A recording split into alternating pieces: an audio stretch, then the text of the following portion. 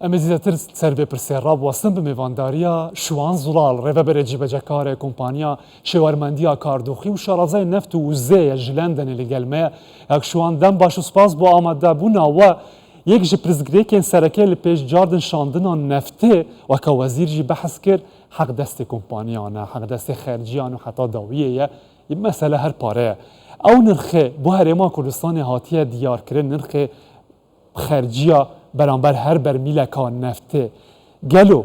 لگوری پیور ناو دولتی پیش سازی نفته دگره بو نافچه که هرما کردستان کو نفت وره برهمانی زۆر سپاس سڵاو بە بینەران سڵاو بە جەنابتان ئەوە ڕاستی بێت ئەو نرخی کە دانراوە بۆ بڵین $6 نزیکی $6 لە لای حکومەتی بڵین فدرالیەوە یان وەزارەتی نەوتی عێراقەوە ئەمە وەختی خۆی کە لەگەڵ کۆمپانیایەتەکانی کە لە جنوبی شەکەن لە بەشەکانی عێراق ئەو حەقلانەی کە بڵین ئەو بیرەنەوتیانی کە وەختی خۆی هەبوو ڕومێلە و ئەو زوبەیر و کە بڵین بیری نەوتی گەورەن بەوە ڕێکەوتبوون کە نزیکەی $3 بۆ $5 لە هەندێکیانە بۆ $6 لە بەرمیلەکە بدرێت بەس هەرێمی کوردستان نرخی جیاوازە یەک هەرێمی کوردستان بیری نەوتی زۆری وای لێ نەبوو کە پێشەوە بڵین نەوتەکە دۆزرابێتەوە یان دەرهێنرا بێ ئەمە یەک دوو ئەو کۆمپانیانی کە هاتوون عەقدێکی زۆر جیاوازیان هەیە ئەڵبەتە ئەوەکو عەقدی بڵین کارژێڕیە عفو کارژێڕی نییە ئەتوانین بڵین وەکو لە شەراکەت هەیە کە پارەیەکیان هێناوە بڵین ئەو کۆمپانیانە پاریان سەرکردەوە لەو بیرەنەوتانەیە بە ئەوەی کە نەوتیان دۆزیەوە حەسەیەکی زیاتر وەرگرن چونکە خۆیان پارێستە بڵین سەرمایی گەورەیان هێناوە بۆی بەشۆر نەوتا بگەڕن لەبەرەوە ئەو جیاوازەی کە هەیە ئێستا لەبین حکومەتی بڵێن ناوەندی و حکومەتی هەرێمی کوردستان و کۆمپانیایەتەکانی هەرێمی کوردستان ئەو جیاوازی بە ئاسانی چارەسەر ناکرێت چونکە ئەم کۆمپانیانە بڵین گرێبەستیان هەیە لەگەڵ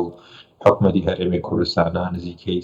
هەندێکیان نزیکەی 15 بۆ 7 ساڵە لە کوردستان کارەکەن لەبەرەوە ئاسان نییە لە ناکامە بێ بڵێ ئەو بڵین حەقدەستەی کە ڕێکەوتوونە لەسەری بڵین سێ ئەوەنە کەمیەکەینەوە لەبەرەوە من لەو باوەڕێم بە ئاسانی ڕێکەوتن ناکرێت باشەکەک شوان لەگەڵ من ببینە ئەم زیاتر لەسەر حەقدەستی کۆمپانیان ڕادواستین حەقدەستی کۆمپانیان بەرهەماییان نەفتێ لە هەرێما کوردستان و عێراقێ بەڵا بکشینمە سەر وەکە کود هەرێما کوردستانی هاتیە و لە عێراقی هاتیە کۆمپانیای نەفتێ لە هەرێما کوردستانی کار بەگرێبەستێن هەفبەش دکن کۆ ژێرا دەبێژن ji PSC لێ لە عێراقی کار بێ گرێبەستێن خزمەتگوزاری تێکردن دەوان هەردوو جوورێن گرێبەستاندا برگەیەکە کۆست ڕێکۆڤەریە هەیواتە وەرگرتنەوەیە خەرجیان ئەف خەرجیجی ji دوو بەشان پێک تێ کو یا هەردوو خەرجیان لەخوا دەگرە خەرجیە کاپێکس و خەرجیە کۆپێکس ئەف دوو خەرجیە مەبەست ژێ یا سەریە یەکەم مەبەست ژێ یەکەم ژێ کاپێکسێ هەمی ئەو خەرجینە و کۆمپانیا لە بلوکێ نەفتێ کردنە وەک گەڕام دیتنا نەفتێ بیرلێدان دەبێ ئەف خەرجی ژێ کۆمپانیان ڕە بێنەدان ژە لە عێراقێ چ لە عێراقێ بە چ لە هەرێما کوردستانی وەک هەف ئەف خەرجی هەیە ئەف زێدەتر لە هەرێما کوردستانی تێدیتن ji ber ku li Iraqê ji dêr zeman ve bîlêdana û kompaniyên hikûmî jî hene cuda ne ku li Kurdistanê yên taybet in meger bîrên nû bêne lêdan li Iraqê wê demê divê wek ya li herêma Kurdistanê rû dide wan xerciyan jî bide ya duwê jî Capex eger em behskerin wate hemû xerciyên bigerxistinê çakirdin û mûçeyê karmendên di blûkên neftê de kar dikin li herêma Kurdistanê em bibînin eger bi zediyekê berhemanîneka navçeyekê bikeyne nimûne eger ev karê min alîkar bin biçine ser laparaya duwê li herêma Kurdistanê bû nimûne eger 100 bermîlên neftê li zeviyekê hatin berhemanîn wê demê destpêkê 10 bermîl وەکە مولکی سامانên سروشتî têdayîn radestî piştî tê derxistin bu wezareta samanên sروشتî radestkirin ji 9 bermîlên dimînin ji wan sedên me bi nimûne înene çil heta 45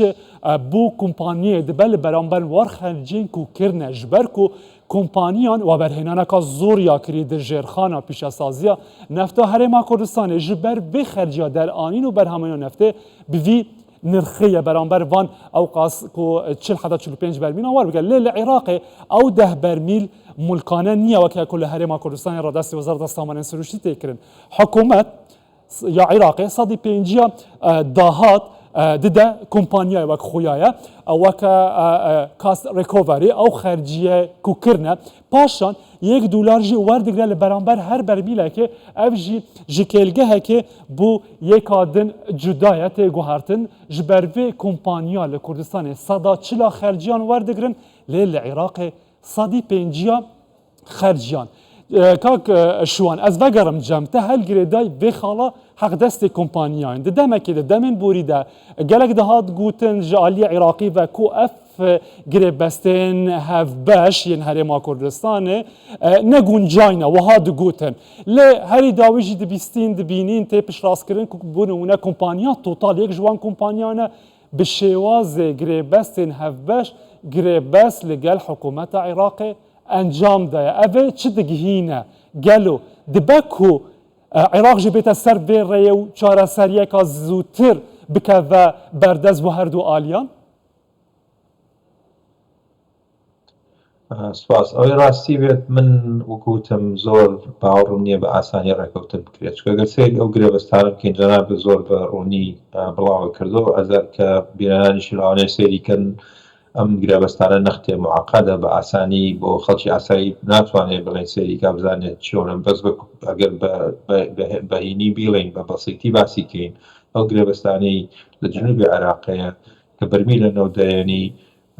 پارەیەکی محدد بۆ ئەو بەرمیلە حکوومەتی عێراق یا بە کۆمپانیەکان بۆ ئەو پارەی کە سەرفیشیان کردو لە بدایەت بۆ نمونە بۆی بۆری لێن یان بیرەتبیری تازە لێن پێش بێزگە لە ئەو پارەیە وەریەگرنەوە هەرێمی کوردستان نەختێ جیاوازە کە ئەو کۆمپانیانە هاتوون چکە نەوتەکە نەزانراوە کە نەوتی تایە لە چەند شوێنێک گۆزانی چەند کۆمپانیایەک هاتن نەوتیان نەدۆزی و پارەشیان سەر کورد و ڕۆشتن ئەو پارەیە حکوومەتی هەرێمی کوردستان نەهێناتەوە بەزەم کۆمپانیانی کە نەوتیان دۆزیەوە ئەو پارەی کە سەرفیان کردووە وا ڕێکەوتبوون لەگەڵ حکوومەتی هەرێمی کوردستانە چکە ئەگەر وا نەبێت بە $5 نایەت پارەی خۆی بخاتە بڵێن خەتەریاتەوە کە بۆ نمونە ئەو کۆمپانیانی کەواتە ڕەوشەکە وەهادە کاک شوان دراوشەکە وەهادا چارەسەریە گونجای چییە بوو دەمەکێک و ئێدی عێراقی هەمیە پێویستی بجاردن شاندنا نەفتێ هەیە ئەف یا گرنگە ji ber ku bandû li ser bûcê jî kiriye bûceya giştî